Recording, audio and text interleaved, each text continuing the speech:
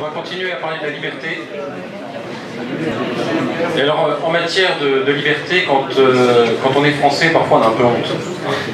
Alors je vais essayer au contraire de vous donner la fierté d'être français aujourd'hui. La liberté est-elle une idée française? On pourrait d'abord tout simplement répondre non, bien sûr que non, puisque la liberté c'est une idée humaine, comme le me faisait remarquer très justement Christian Michel tout à l'heure. C'est une idée humaine qui existe depuis que l'homme est homme et qui est une idée universelle. Donc elle n'appartient à personne, ni aux Français ni aux Anglais. Mais c'est vrai qu'on a l'habitude de penser que le libéralisme est anglo-saxon, hein, que c'est une théorie économique, une philosophie qui nous viendrait des Anglais, des Écossais, des Américains. Bon. Donc je vais essayer d'aller un peu à l'encontre de ce mythe. C'est un véritable mythe. Alors voilà un peu le schéma qu'on a généralement quand on parle de libéralisme. On a le choix entre une pléiade d'anglais. Hein. Bon, alors il y a quand même un français là-dedans, Jean-Baptiste C. Mais on dit souvent que Jean-Baptiste C. n'a fait que répéter Adam Smith et que finalement il n'a rien apporté d'original. Puis on dit ça aussi de Bastia. Bon. Et alors on a d'un côté les Anglais, hein, Adam Smith, Ricardo, Malthus, Marshall, Jevons. Alors il y a quand même ici Walras et Menger, donc un Français et puis un Autrichien. Keynes, Friedman. Bon, pour simplifier un peu, si vous voulez, on a un peu tout le panel. Donc les Français là-dedans, ils sont un peu perdus. Et puis Walras, Schumpeter avait dit que Walras était un des plus grands économistes du monde moderne. Menger pensait exactement le contraire. Parce que Walras c'est celui qui a introduit les mathématiques dans la science économique et ça n'a pas fait que du bien. Et puis de l'autre vous avez Marx. Alors vous avez le choix entre les Anglais et puis Marx.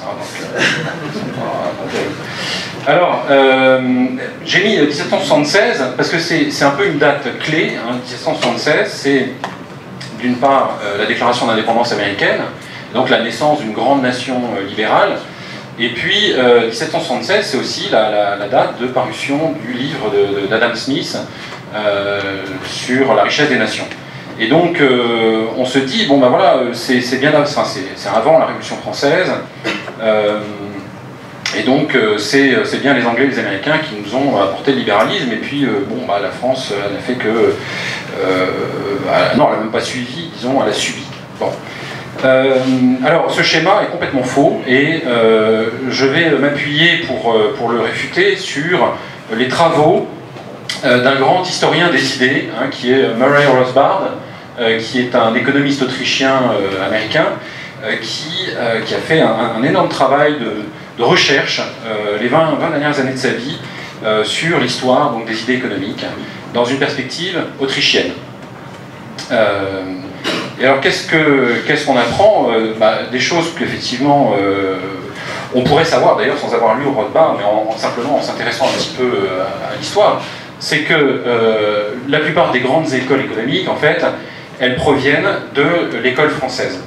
Alors pour l'école britannique, on va en parler, mais Adam Smith, en fait, c'est quelqu'un qui a vécu en France, hein, qui a passé plus d'une année en France, qui a rencontré les économistes français, notamment les physiocrates, Keynes, Turgot, et qui s'est beaucoup inspiré de Turgot. Alors les USA, bien, parce que Jefferson était ambassadeur des États-Unis en France, et que lui aussi fréquentait les physiocrates, fréquentait aussi ce qu'on appelait les idéologues, c'est-à-dire toute une école autour d'Estude de Tracy, Jean-Baptiste C. Et que Jefferson a été le 3e président des États-Unis et qu'il a créé des universités aux États-Unis et qu'il a souhaité que ce soit les travaux de ces économistes français qu'il a lui-même traduits, hein, pour certains, qui forment la base de l'enseignement économique aux États-Unis. Quant à l'école autrichienne, elle est purement et simplement l'héritière de l'école française. Alors, je vais développer un peu ça. Pourquoi y a-t-il un lien aussi fort entre l'école autrichienne d'économie et l'école française, alors qu'il y en a très peu avec l'école britannique? Alors, il y a une raison historique toute simple, c'est qu'il y a eu une alliance franco-autrichienne alliance diplomatique, alliance politique, alliance militaire, qui remonte au XVIe siècle. Donc pendant des siècles, les relations entre la France et l'Autriche ont été des relations de grande proximité, à tel point que plusieurs de nos grandes reines de France étaient autrichiennes.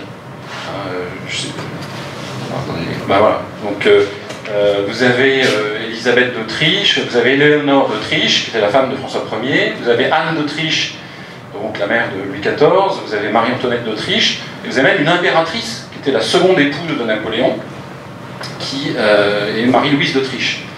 Toutes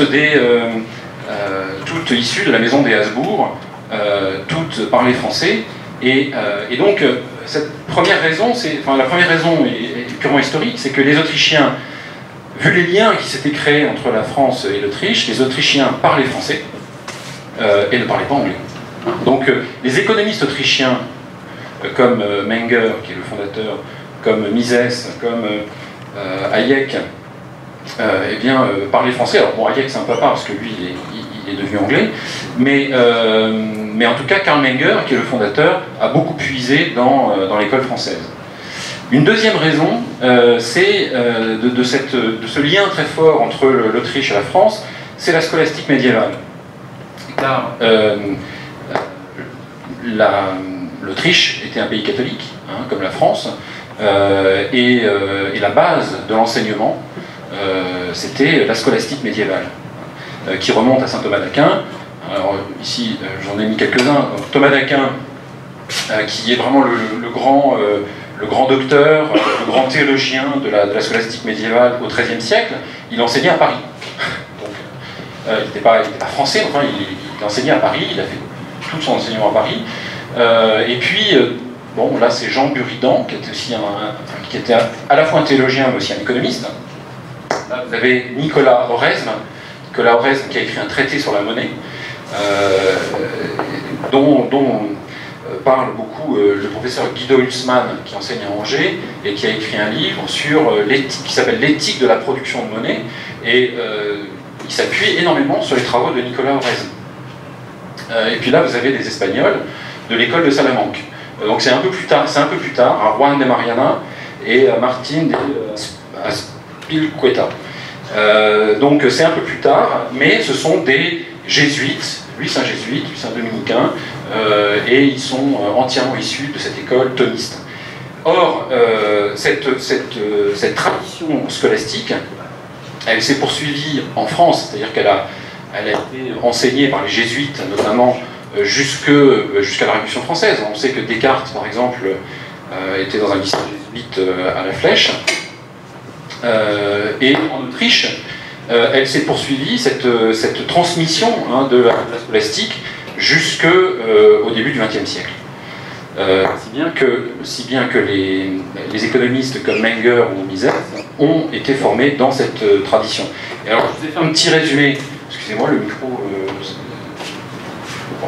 Je vous ai fait un petit résumé ici donc, des grandes thèses qui ont déjà été clairement établies par la scolastique médiévale, hein, une théorie du libre arbitre, une théorie du droit naturel, une théorie correcte de la valeur, c'est-à-dire la valeur subjective, la valeur qui du désir, de l'estimation humaine, une théorie de l'offre et de la demande, donc une théorie des prix, une théorie de la monnaie, une théorie de l'inflation, comme taxation de masse, une théorie de la productivité de l'échange et de l'utilité sociale du commerce, une défense de la circulation des personnes et des biens.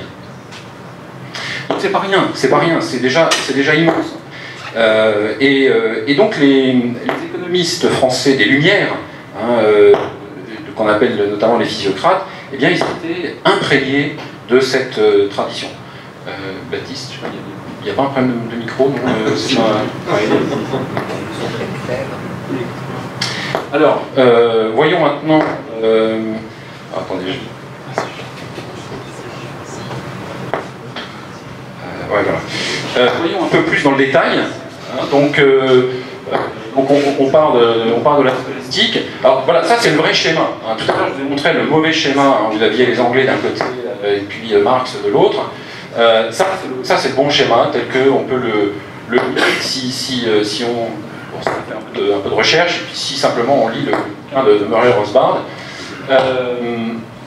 Donc, les précurseurs de l'école française, juste au moment des Lumières, c'est Boisvillers et Cantillon, puis les physiocrates avec Quesnay, François Quesnay, qui était le médecin de Louis XIV. Puis vous avez le grand Turgot qui était ministre de Louis XVI. Et justement, Adam Smith, il arrive après. Hein, et Turgot a publié son livre des réflexions sur la formation et la distribution des richesses en 1766, donc 10 ans avant Adam Smith. C'est à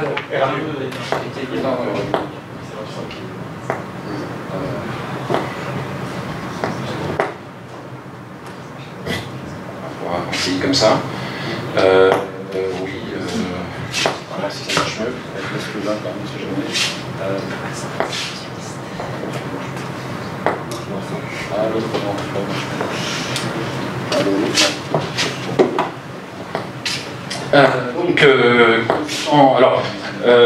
Jean-Baptiste C, donc, qui est l'héritier de toute cette tradition. Donc, quand on dit que Jean-Baptiste C est simplement le répétiteur d'Adam Smith, c'est assez simpliste. Alors, là, vous avez la tradition anglaise, et effectivement, la tradition anglaise, elle mène directement à Marx. Non pas qu'il y ait un lien direct, mais simplement, c'est que Marx, il a raisonné entièrement dans les cadres conceptuels, avec les outils de la tradition anglaise. Et c'est vrai que dans ses livres d'économie, il ne cite pratiquement que cela. Il a complètement ignoré la tradition française. Il a d'ailleurs une théorie de la valeur qui est fausse, qui est la théorie de la valeur travail. L'idée que la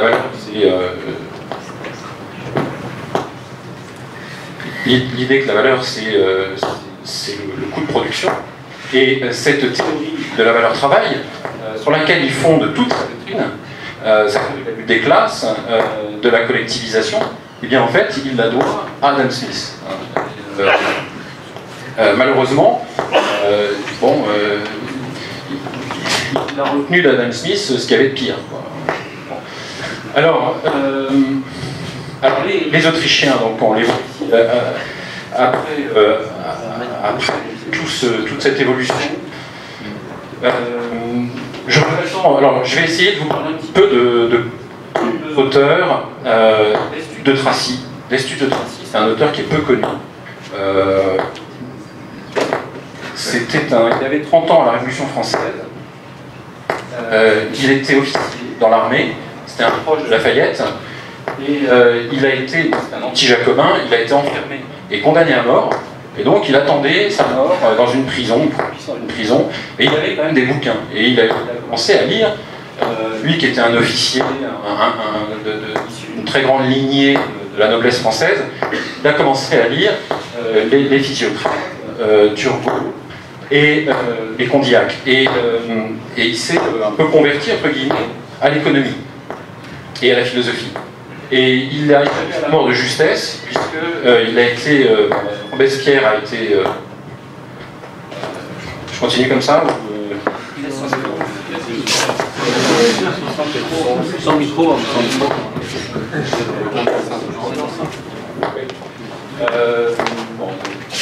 donc il a échappé de justesse à la mort, puisque Robespierre a été exécuté avant lui. Et donc il a été libéré. Et à partir de là, il a commencé à écrire. Sauf que, pas de bol, après il y a eu Napoléon.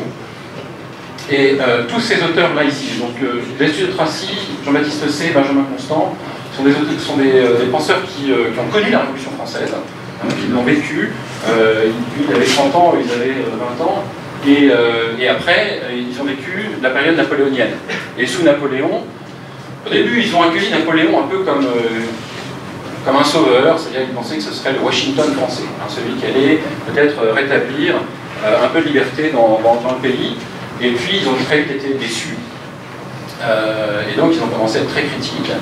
Et comme c'était des écrivains importants, qui étaient beaucoup lus, Napoléon les a censurés et les a, pour certains, exilés. Donc l'Estude de Tracy, il a dû écrire ses œuvres, enfin les premières œuvres qu'il a écrites, il les a fait envoyer à Jefferson aux États-Unis, puisqu'il ne pouvait pas les publier en France, et c'est une personne qui les a traduites lui-même et qui les a fait éditer aux États-Unis. Alors je vais vous parler un petit peu de cet auteur, mais avant ça, donc j'ai parlé des relations donc, entre la France et l'Angleterre, en montrant que la France a été vraiment en avance hein, sur l'Angleterre du point de vue de la théorie économique, mais pourquoi ça n'a pas marché? Pourquoi ça a eu aussi peu d'impact, alors que effectivement on connaît bien mieux les Anglais que tous ces auteurs français? Alors il faut pour ça comprendre que à l'époque des Lumières, il n'y a pas que cette tradition-là. Cette tradition, c'est finalement la tradition du pouvoir de la liberté. C'est ce que disait Pierre Garello ce matin, hein, c'est-à-dire que tous ces auteurs sont absolument convaincus que la liberté est créatrice d'ordre, que la liberté, moyennant quelques règles fondamentales, hein, de respect des droits de propriété, de respect de la justice, que dans ce cadre-là, la liberté est créatrice d'ordre à tous les niveaux, au niveau intellectuel, mais aussi au niveau économique, et puis aussi même du point de vue de la paix, hein, que la liberté est productrice de paix civile. Donc, eux en sont convaincus. Mais ce qu'il y a, c'est que à l'époque des Lumières, il y a une autre tradition. Il y a une autre tradition de pensée qui est très influente, qui est très importante, et qui n'a pas cette même idée. Ou en tout cas, elle l'a sur un point. C'est l'idée de la tolérance, l'idée que la circulation des idées est une bonne chose, parce qu'effectivement, on s'enrichit de la confrontation des idées et de la discussion. Cette tradition philosophique, eh bien, c'est justement ceux qu'on appelle les philosophes. Ceux-là, on les appelle les économistes, notamment les physiocrates, hein, c'est les premiers, on a nommé comme ça. En fait, les physiocrates sont des philosophes. Ce sont des philosophes, mais qu'on a appelés des économistes. Parce qu'ils s'intéressaient justement à la société. Les autres, alors je pense par exemple à Montesquieu, je pense à Voltaire, à Rousseau, et par la suite, alors d'autres, Sieyès, Condorcet, Condorcet il est un peu entre les deux, et puis Kant, hein, Emmanuel Kant, qui n'est pas français, mais qui est une référence majeure de l'université française. Kant, c'est le philosophe des Lumières, celui qui a tout compris et qui a tout puisé dans justement Montesquieu et Rousseau. Alors, cette tradition de pensée, on va voir qu'effectivement, elle n'a pas du tout le même point de vue sur la liberté, et que malheureusement, c'est celle-là qui a pris le dessus. Ce n'est pas les économistes, ce sont ceux qu'on appelle des philosophes, d'ailleurs à tort, parce qu'eux aussi étaient philosophes. Hein, il faut bien voir que Jean-Baptiste Say, par exemple, il commence comme journaliste, puis rédacteur en chef de la revue de ce qu'on appelle les idéologues, une revue qui s'appelait la décade philosophique, littéraire et politique. Et donc c'était véritablement un philosophe. Benjamin Constant, on le sait. Turgot, c'est un encyclopédiste, il a écrit dans l'encyclopédie, et Quesnay aussi, François Quesnay. Donc ces gens-là faisaient partie du mouvement des philosophes. Simplement, à un moment donné, ils ont compris un certain nombre de choses que les autres n'ont pas compris du tout.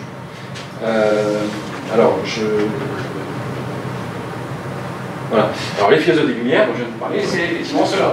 Vous avez d'abord les tout premiers, Montesquieu, Voltaire, les encyclopédistes, Diderot, d'Alembert, Rousseau, même si Rousseau était un peu à part, parce qu'il ne s'aimait pas trop. Et puis ensuite, ceux qui vont théoriser la République, la République française. Et pour tous ces penseurs, donc, ils ont un point commun avec les économistes, évidemment, c'est que ce sont des hommes des Lumières, donc ils luttent contre le despotisme, ils affirment le droit, l'importance des droits de l'homme, le fait que l'homme possède des droits inaliénables, opposables justement au pouvoir de l'État, et ils luttent aussi pour la liberté de penser, pour la tolérance, etc. Simplement, aucun de ceux-là n'a aussi Condorcet, il faut mettre à part, parce que lui c'était vraiment un disciple de Turgot, simplement à la fin de sa vie, c'est lui qui a milité pour l'instruction publique obligatoire. Ça fait beaucoup de mal. Mais je vous dirai pourquoi après. Mais en tout cas, tous ces penseurs sont convaincus que le commerce corrompt les mœurs. Le commerce corrompt les mœurs. Au fond, la société n'est qu'un champ de bataille, que le marché n'est qu'un champ de bataille, hein, où les intérêts particuliers s'affrontent, et où il y a des gagnants et des perdants, il y a des forts et des faibles, et finalement, c'est la jungle. Donc il faut mettre de l'ordre dans tout ça. Pour ça, il faut qu'il y ait une loi qui soit faite par des hommes éclairés, bien sûr, c'est-à-dire eux, qui ordonne la société de haut en bas, hein,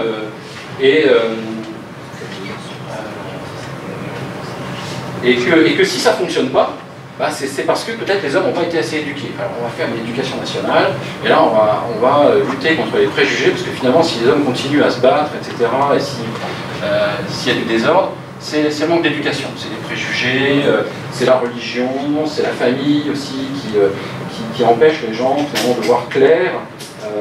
Et donc pour que la société soit bonne, soit juste, et qu'elle soit libre, eh bien, il faut des législateurs qui vont réguler tout ça, et des éducateurs qui sont à peu près les mêmes. Donc voilà les économies des Lumières, hein, donc la deuxième tradition philosophique, celle qui malheureusement est oubliée, et donc bon, je les ai divisées en trois générations, hein, donc les physiocrates dont j'ai parlé, et là ici j'ai réduit parce que la liste serait longue, hein, François Quesnay, Le Mercier, Larivière, Turgot-Condillac qui arrive un peu après, mais qui sont vraiment les proches des physiocrates, et il y en aurait d'autres, le marquis d'Argenson, le marquis de Mirabeau, etc. Et tous ces penseurs que nous essayons justement à l'Institut Copé de réhabiliter, de faire connaître. Parce que le drame, si vous voulez, c'est qu'on n'a pas les textes. On n'a pas les textes, ils ont disparu, ils n'ont pas été réédités depuis des décennies, voilà. Bon, à part quelques-uns quand même, si, bon, les Turgot, on trouve encore une de Bosch, un petit recueil de quelques pensées, Quesnay peut-être aussi, mais bon, voilà. Constant, il a été un petit peu redécouvert ces dernières années, mais on n'a parlé que du Constant libéral politique. On n'a absolument pas évoqué le fait que Constant était justement un proche de Jean-Baptiste Say, de tout cela, et qu'il a toujours préconisé justement la liberté du commerce. Alors,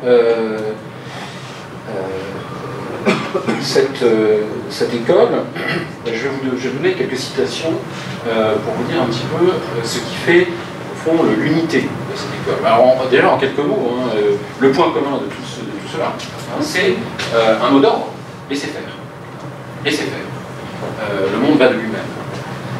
Je vais vous donner une anecdote, c'est François Quesnay, donc le médecin du roi Louis XV, qui était à la cour de Versailles, et médecin aussi de Madame de Pompadour, qui était la maîtresse de Louis XV, dont Benoît Malbranc, qui est là, il a fait là, récemment un petit podcast où il raconte justement cette histoire, il lui explique un petit peu tout ce courant des physiocrates qui est né à partir de Quesnay. Alors donc, François Quesnay, un jour, discute avec le dauphin du roi, le jeune dauphin qui avait 12-13 ans. Le dauphin, donc, qui est mort par la suite jeune, hein, mais il se plaint auprès de François Quesnay en disant « Ah, que c'est dur, le métier de roi ». Et François Quesnay lui dit « Mais non, pas du tout ». Alors le dauphin lui dit « Mais que feriez-vous alors si vous étiez roi ?» Et François Quesnay lui dit « Je ne ferais rien ». Alors le dauphin lui dit « Mais alors, qui gouvernerait ?» Et Quesnay répond « La nature ». La nature. Alors évidemment, la nature, c'est pas les petits oiseaux, c'est pas la nature physique. C'est la nature des hommes, la nature des choses, la nature de la société, tout simplement. C'est que la société a ses propres lois, il faut les étudier, il faut les comprendre, et il faut les laisser agir. Et c'est ça la physiocratie.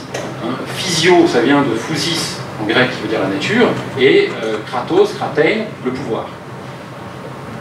Donc la liberté et la loi, alors la loi, bien sûr, peut jouer un rôle, la loi des hommes, elle a un rôle essentiel à jouer, mais un rôle minimal. Hein, la loi, elle vient de façon purement négative empêcher justement les atteintes aux droits des personnes, elle vient réprimer voilà, les crimes et les délits. Mais ce n'est pas la loi qui doit organiser la société, hein, mais la société, enfin les hommes doivent organiser eux-mêmes la société selon sa propre nature, selon la nature de la société. Alors je vais vous lire un passage de, je vais vous lire de Bastia, parce que c'est vrai que Bastia, il arrive bien après tout cela, mais lui, c'est celui qui peut-être a exprimé tout ça avec une force logique notamment extraordinaire. Et en effet, Bastia, c'est pas quelqu'un qui a découvert des grandes choses, hein, c'est pas un économiste scientifique entre guillemets qui aurait fait des découvertes, mais c'est celui qui a réfuté les sophismes économiques et qui l'a fait comme personne ne l'a fait. Alors, voilà. Bastia dit, je ne sais pas si vous avez à lire, hein, voilà toute notre querelle avec les socialistes. Alors il aurait pu dire avec les philosophes. Pareil. C'est-à-dire que le mot socialiste chez Bastia avait un sens très très large. Les uns et les autres, nous voulons l'harmonie. Ils la cherchent dans les combinaisons innombrables qu'ils veulent que la loi impose aux hommes. Nous la trouverons dans la nature des hommes et des choses. Voilà. Alors, je vais en dire un peu plus. Dans un texte paru dans la République française en 1848, Bastia disait « Il n'y a que deux systèmes politiques possibles. L'un aspire à faire le bonheur du peuple par des mesures directes. » Ça, c'est les philosophes, hein, justement. C'est par la loi. C'est un système qu'on pourrait dire philanthropique. Philanthropique, hein, c'est faire le bonheur des gens par la loi. Il dit, ce système, si quelqu'un souffre de quelque manière que ce soit, l'État se chargera de le soulager. Il donnera du pain, des vêtements, du travail, des soins, de l'instruction à tous ceux qui en auront besoin. Si ce système était possible, il faudrait être un monstre pour ne pas l'embrasser. Si l'État a quelque part dans la Lune, par exemple, une source toujours accessible et inépuisable d'aliments, de vêtements et de remèdes, qui pourrait le blâmer d'y puiser à pleine main au profit de ceux qui sont pauvres et dénués? Mais si l'État ne possède par lui-même et ne produit aucune de ces choses, si elles ne peuvent être créées que par le travail, si tout ce que peut faire l'État, c'est de les prendre par l'impôt aux travailleurs qui les ont créés pour les livrer à ceux qui ne les ont pas créés, ça c'est précisément la définition même de la spoliation. Qu'est-ce que la spoliation? C'est le transfert de biens qui ont été créés par quelqu'un à quelqu'un qui ne les a pas créés sans aucune compensation et sans son accord. Si le résultat naturel de cette opération doit être, loin d'augmenter la masse de ces choses, en décourager la production, si sur cette masse réduite, l'État en garde forcément une partie pour ses agents, si ces agents chargés de l'opération sont eux-mêmes soustraits au travail utile, autrement dit, ils sont un peu oisifs, si en définitive ce système, tout séduisant qu'il est au premier abord, doit engendrer beaucoup plus de misère qu'il n'en guérit, alors il est bien permis de concevoir des doutes et de rechercher si le bonheur des masses ne peut pas naître d'un autre procédé. On dit, c'est la plus éclatante réfutation de cette prétention à vouloir faire le bonheur des hommes par la loi, c'est que c'est même pas possible, c'est même pas économiquement possible, tout simplement. Parce que ça tarit littéralement la source de la richesse, la source de la création de richesse, qui est la liberté, précisément. Alors nous sommes convaincus, continue Bastia, nous, que ce système est mauvais et qu'il en est un autre pour faire le bien du peuple, ou plutôt pour que le peuple fasse son propre bien. Celui-ci consiste à donner à l'État tout ce qu'il faut pour qu'il remplisse bien sa mission essentielle. Donc on l'a dit, effectivement la loi a une mission essentielle, mais une mission limitée, qui est de garantir la sécurité extérieure et intérieure, le respect des personnes et des propriétés, le libre exercice des facultés, la répression des crimes, délits et fraudes. Et après avoir donné cela à l'État, garder tout le reste pour soi.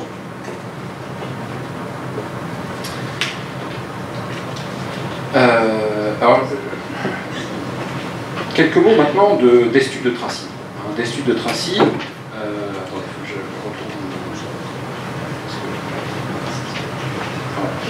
retrouve. Donc, qui est le fondateur de cette école qu'on a appelée l'école des idéologues. C'est un terme qui est très péjoratif, évidemment, mais d'Estude de Tracy, lui, il a écrit simplement un bouquin qui s'appelait Les éléments d'idéologie.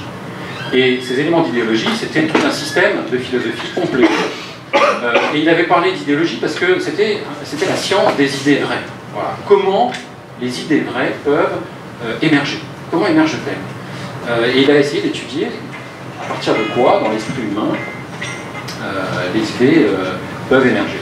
Et donc, il a appelé ça l'idéologie, et par la suite, pour les rabaisser, enfin, ces gens-là qui se connaissaient, se rencontraient, qui écrivaient ensemble, etc., Napoléon les a traités d'idéologues, au sens de des gens qui sont coupés de la réalité, qui ne comprennent rien à la vie politique.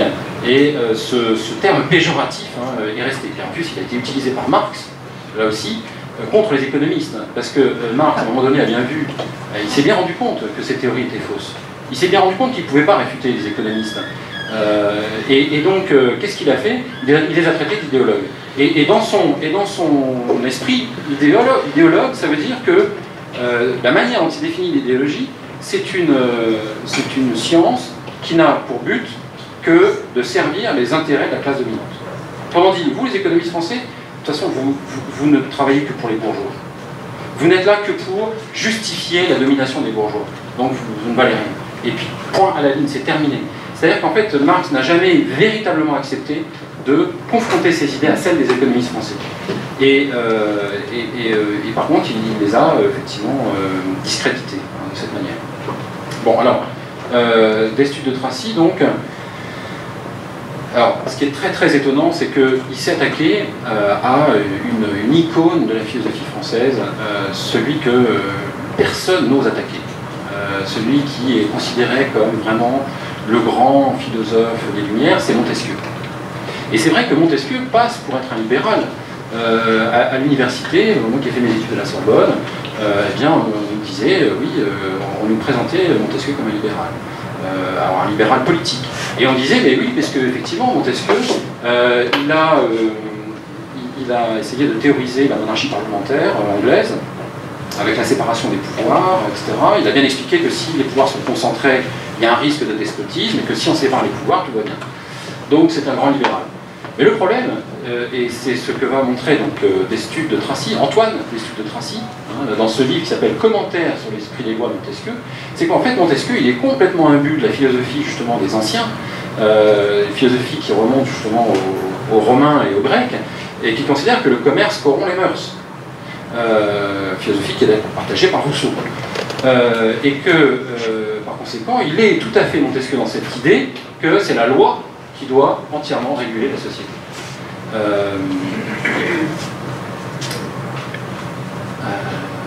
Bon, bah, vous voyez, donc je vais vous montrer aussi ce livre, alors, donc, c'est son traité d'économie politique, qui a été aussi publié aux États-Unis et traduit par Jefferson, et qui a servi de manuel d'économie pour ses étudiants à l'université de Virginie, qu'il avait créé à Charlottesville. Et en fait, le commentaire sur l'esprit des lois, c'était une ébauche qu'il avait faite, et qui est devenu ensuite, qu'il a augmenté, qu'il a beaucoup retravaillé, etc., et qui est devenu son traité d'économie politique. Bon. Et donc, dans ce commentaire, alors il est bien, il est très poli, Destutt de Tracy, donc il ne va pas attaquer frontalement Montesquieu, il va d'abord faire son éloge, etc., là c'est un grand homme, etc., on lui doit beaucoup, mais il a quand même un petit problème, c'est qu'il a son anglomanie, déjà, il dit son anglomanie. Et puis, sous-entendu, il n'a pas beaucoup lu les physiocrates et les penseurs français. Et puis en fait, il finit par dire, et ça arrive, c'est de plus en plus fort dans le livre, qu'au fond, Montesquieu n'a rien compris. Il n'a rien compris parce qu'il n'a pas compris la différence qu'il y avait entre les anciens et les modernes. Et il n'a pas, alors c'est même plus que ça, c'est même beaucoup plus que ça, c'est qu'au fond, il dit Montesquieu n'a pas compris quelle était l'essence même de la société. Il n'a pas compris l'essence même de la société. Je vais donner une citation.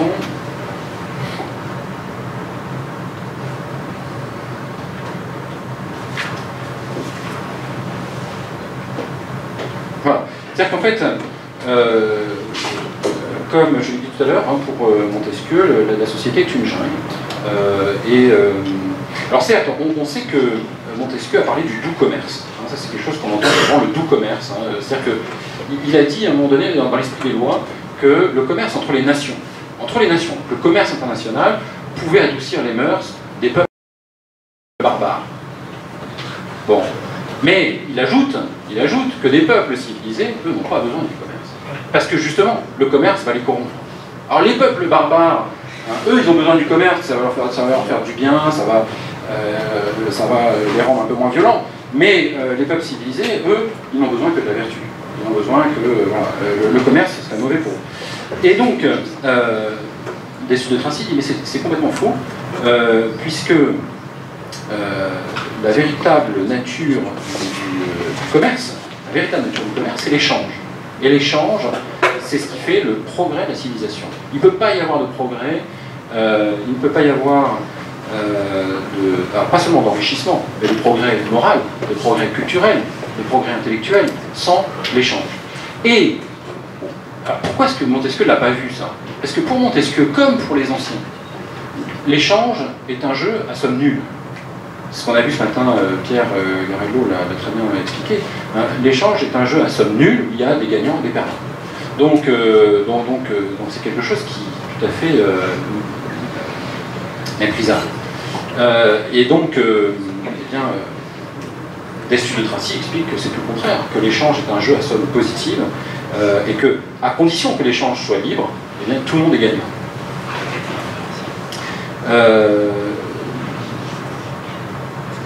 Bon, je pourrais vous donner des citations de Montesquieu qui sont assez étonnantes, mais on ne va pas le faire. C'est Bastia, d'ailleurs, dans la loi. Hein, dans la loi, Bastia consacre 2 pages à Montesquieu. Alors là, c'est... enfin, il faut quand même que je vous dise, parce que c'est assez extraordinaire.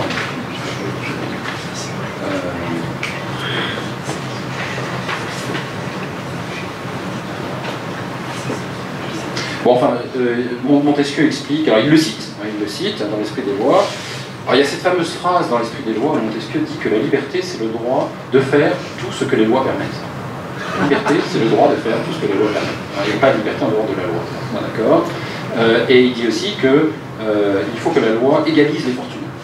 La loi égalise les fortunes. Parce que s'il y a des gens trop riches et des gens trop pauvres, ça va pas, ça va être des conflits, etc. Donc il faut que la loi, on arrache tout. Sauf évidemment les nobles, parce qu'il y avait... Bon, et donc, il avait une conception très aristocratique, finalement, qui était la conception des Anglais. Alors, Bastia répond après ces citations. Il écrit, il dit ceci. L'engouement vulgaire, aura beau s'écrier, c'est du Montesquieu, donc c'est magnifique, c'est sublime. J'aurai le courage de mon opinion et de dire, quoi, vous avez le front de trouver cela beau, mais c'est affreux, abominable. Et ces extraits que je pourrais multiplier montrent que dans les idées de Montesquieu, les personnes, les libertés, les propriétés, l'humanité entière ne sont que des matériaux propres à exercer la sagacité du législateur. C'est-à-dire qu'en fait, le problème, c'est qu'il y a un postulat anthropologique dans la pensée de Montesquieu, c'est que bon, les hommes sont trop faibles. Ils sont trop faibles pour résister à l'attrait de la richesse, ils sont cupides, etc. Donc bref, ils ne peuvent pas faire leur propre bien par eux-mêmes. Il faut donc qu'il y ait des législateurs éclairés qui fassent le bien des gens.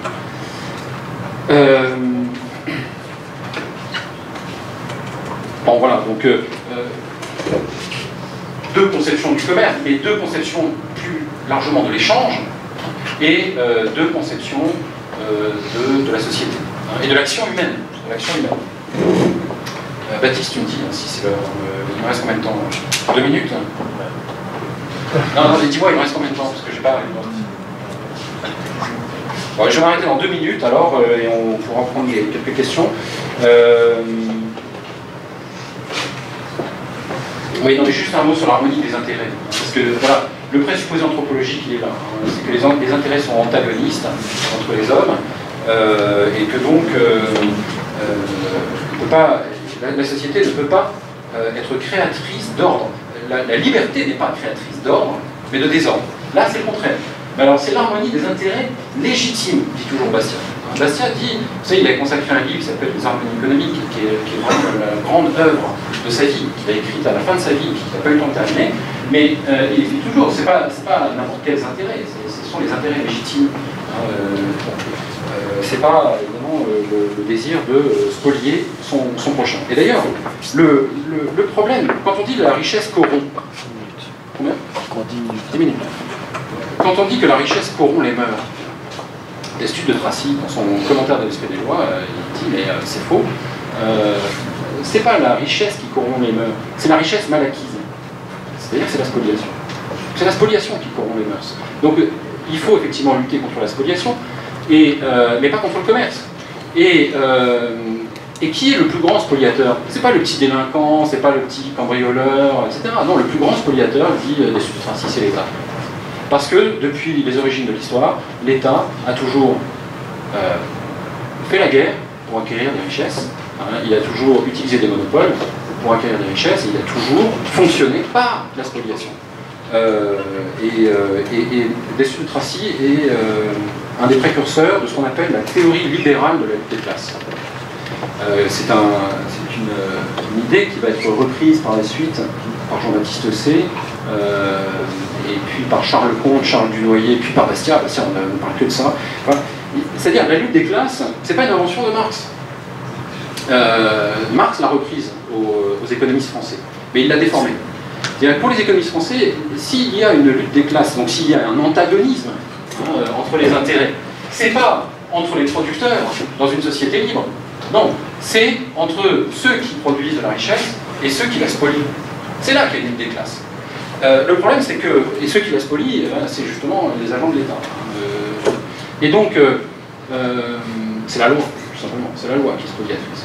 Mais Marx, lui, il a complètement changé les choses en disant non, la lutte des classes, elle est entre les producteurs eux-mêmes, c'est-à-dire entre le capital et le travail, entre les capitalistes et les travailleurs. Et là encore, ça part d'une mauvaise idée de la valeur. Jean-Baptiste Say a montré que cette dichotomie binaire entre le travail et la valeur est complètement fausse, puisque ce qu'on oublie, c'est l'entrepreneur. Celui qui identifie la valeur et qui va essayer de la produire, c'est l'entrepreneur.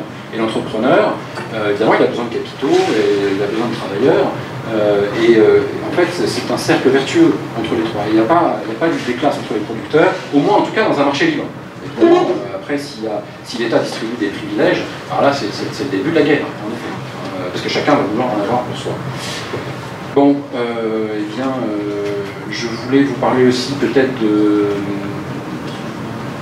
mais je crois que je vais m'arrêter, de Benjamin Constant. En tout cas, je vous conseille, voilà, ce que je vais vous dire, c'est que je vous conseille de lire ce livre, le commentaire sur l'ouvrage de Filangieri de Benjamin Constant, puisqu'on y retrouve exactement les mêmes thèses que le commentaire sur l'esprit des lois des Sud de Tracy, mais je pense que c'est sous une forme encore plus claire,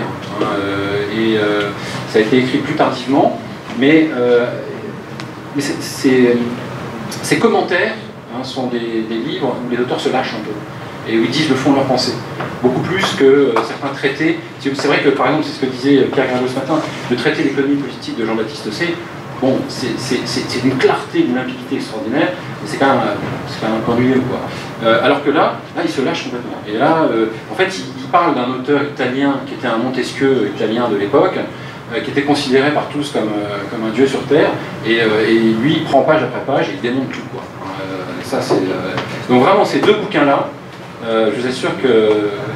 alors, celui-là, il est sur l'Institut Copé, bien sûr, en e-book, donc vous pouvez le télécharger gratuitement, et celui-là, il y était, mais je me rends compte qu'il n'y est plus, je vais le remettre très rapidement. Et ça me permet de conclure sur le fait que, voilà, l'Institut Copé, notre conviction, c'est que si le libéralisme français a disparu de la circulation, c'est parce que les bouquins n'étaient plus édités. Les livres n'étant plus disponibles, plus personne ne peut en parler. Et ça, c'est dramatique. Donc il y a tout un travail qui est très concret à faire. C'est d'aller chercher ces livres qui ont été numérisés, heureusement, par Google.